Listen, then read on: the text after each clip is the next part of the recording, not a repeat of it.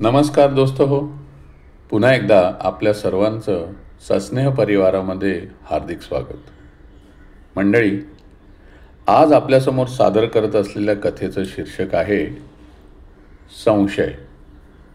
लेखक श्री दिलीप कसगावकर, अभिवाचन सचिन दातार. ऐकूया संशय. नेहा आणि राज एक उमदं जोडपं. एक 2-1 वर्षापूर्वीच लग्नबंधनात अडकलेलं. Arrange marriage. नेहा नोकरी करत नव्हती, त्यामुळे गृहिणीच राहिली. रीना, नेहाची मैत्रीण, सुंदर पण अविवाहित, त्यातून भरपूर पगाराची नोकरी, उच्चभ्रू सोसायटीत एकटीच राहणारी. आणि वरद, नेहाचा धाकटा भाऊ, आईवडिलांचं लाडकं कोकरू, नोकरीऐवजी छोकरीच्या मागे लागणारं. स्वतःचा व्यवसाय लवकरच सुरू करतो असं गेल्या 2-3 वर्षापासून सांगणारा. आजचा रविवार आणि विशेष म्हणजे रीनाचा वाढदिवस. राज आणि नेहाने रीनासाठी एक छानसं गिफ्ट कालच आणून ठेवलं होतं.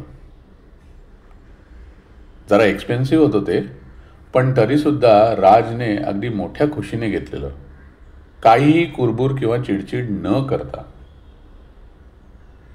रीनानी आज नेहा आणि राज फक्त दोघांनाच घरी बोलवलं होतं. राजची जरा घाईत चालली होती, पण नेहा ती मात्र तिच्या मेकअप करण्यातच मग्न होती.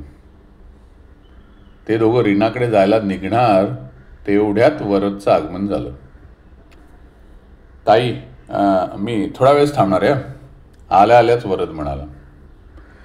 नेहाने बंधुराजाचं मोठ्या प्रेमाने स्वागत केलं.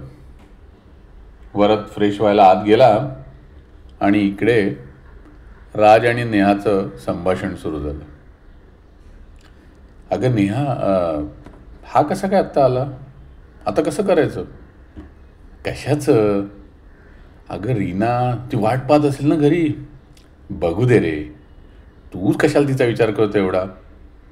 अगं नाही, म्हणजे तर तिने केवढी तयारी करून ठेवली असेल. नाही कळतंय मला, एवढी काळजीच वाटते तिची, तर जातोस का तूच एकटा? नाही तसं काही नाही, पण तुझी हरकत नसेल तर जाई नाही मी. जाऊ का? तुला तेच तर हवंय ना, तिच्याकडे एकटं जायला आवडतं नाही तुला? मी नसले की कसा बरं तिच्याकडे जेवायला जातोस? सगळं माहिती आहे मला. बरं बाई, नाही जात मी. कसा जाशील? माझा भाऊ आलाय ना, आमच्या गप्पा ऐकायच्या असतील. ठीक आहे बाई, मी आपलं माझ्या रूममध्ये बसतो, तुम्ही इथे बाहेर निवांत बोला. तरीच ते, म्हणजे मी लॉकरमधून काही पैसे काढलेत का भावाला द्यायला, हेच लक्ष ठेवायचं असेल ना तुला. काय बरोबर ना? अगं नेहा, ठीक आहे, मी आपल्या घरासमोरच्या गार्डनमध्ये बसतो, चालेल? इतकी काय मी मूर्ख आहे? भाऊ परत जाताना त्याला एकट्याला गाठून आठवण करून द्यायची असेल तुझ्याकडून घेतलेल्या त्या 5 लाखांची. देणार आहे ना तो लवकरच, व्याजासकट. काय समजलं ना? मंडळी, हे वाक्य ना राज गेलं वर्षभर ऐकत होता. असो, ठीक आहे ग बाई, मी आपलं ना टेरेसवर जाऊन बसतो, ते तर चालेल ना? समजलं. मी इकडे वरदशी बोलण्यात गरका असताना तू मात्र फोनवरून रीनाबरोबर गुलगुलू गोष्टी करशील काय? ताईसाहेब, मी देवघरात बसतो. देवभक्तीचं सोंग घेऊन माझ्या भावाला भुलवायचा प्रयत्न करायचा आहे ना. अगं नेहा, मग आता तूच सांग, काय करू मी? समजतंय हो मला सगळं. नाही म्हणजे जगाला सांगायला आपलं तू मोकळा ना, मी काही बाबा बायकोच्या शब्दाबाहेर नाही.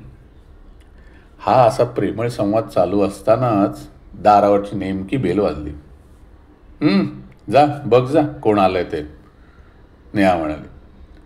राजने पुढे दार उघडलं तर साक्षात बर्थडे गर्ल रीना. राजने रीनाचं अगदी हसत मुखाने स्वागत केलं. आता ही कशाला काडमडली इथे?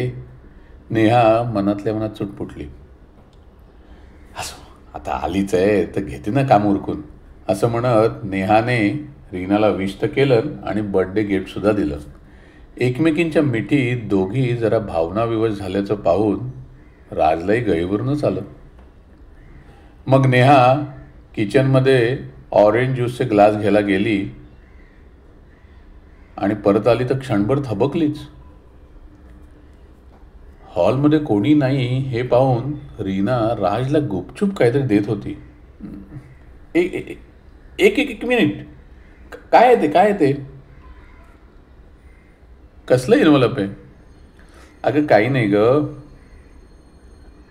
पण मी तुला गिफ्ट दिलं आणि रिटर्न गिफ्ट तू राजला?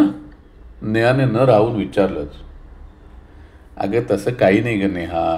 अगं तुझ्या भावाला द्यायला 2 लाख रुपये दिलेत मी तुझ्या नवऱ्याजवळ. त्यासाठीच त्याने मला इकडे यायला सांगितलं होतं. तेवढ्यात वरद हॉलमध्ये दाखल झाला. राजने ते पाकिट वरदच्या हातात दिलं. ओह थँक्स रीना, थँक्स जिजू. ए नेहा बाय, मी निघतो, जरा घाईतच आहे, असं म्हणून वरदने आनंदाने निरोपसुद्धा घेतला.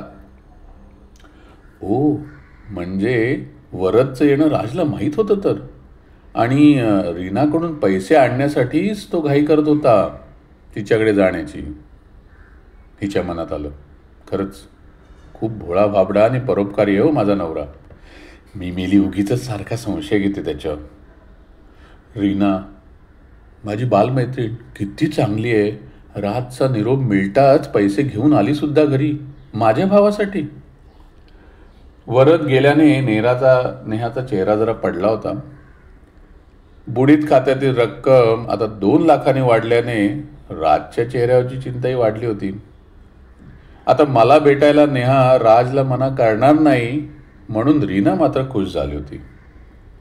इकडे पैसे उकळायला राज रीना रूपी भक्कम तिजोरी सापडल्याने वरदही अगदी निश्चिंत झाला होता.